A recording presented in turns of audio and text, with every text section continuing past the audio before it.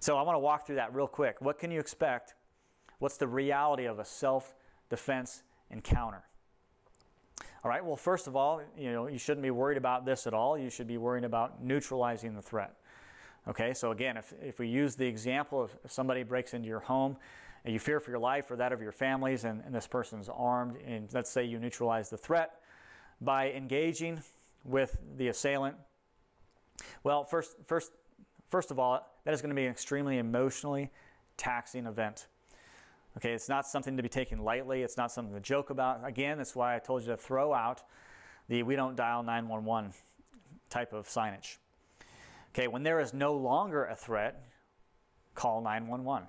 Okay, this is your responsibility, and it's important that you think about what you're going to say. So take a minute and think about what you're going to say.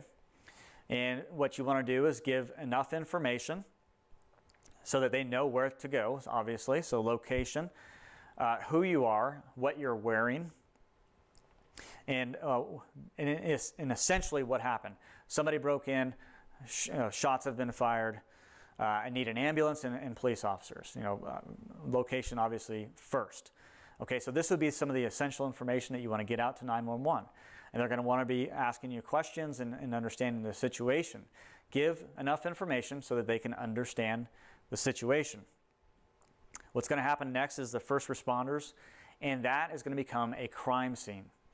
Right? It's going to become a crime scene. You have to understand that. Even if you were 100% completely justified, it is still considered a crime scene. That is how they're going to treat it.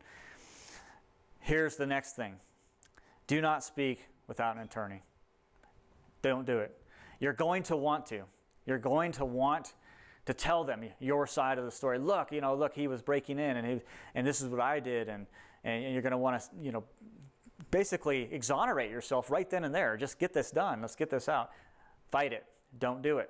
And if you have decided this ahead of time, and hopefully none of us ever have to get into these types of encounters, but if we do, we want to wait for an attorney.